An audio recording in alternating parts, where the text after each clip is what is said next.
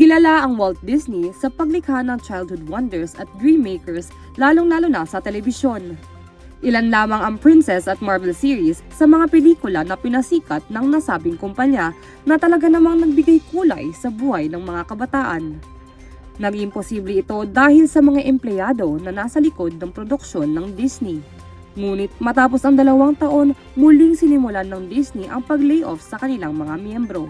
Sa katunayan, nito lamang April 14, inanunsyo ng Walt Disney ang massive layoff sa kanilang mga empleyado, partikular sa production staff at graphic artists.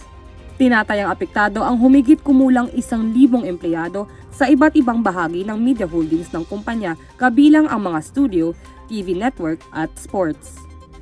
Matatanda ang 2024 nang huling nangyari ang ganitong sitwasyon nang muling maitalaga si Bob Iger bilang Chief Executive Officer ng kumpanya.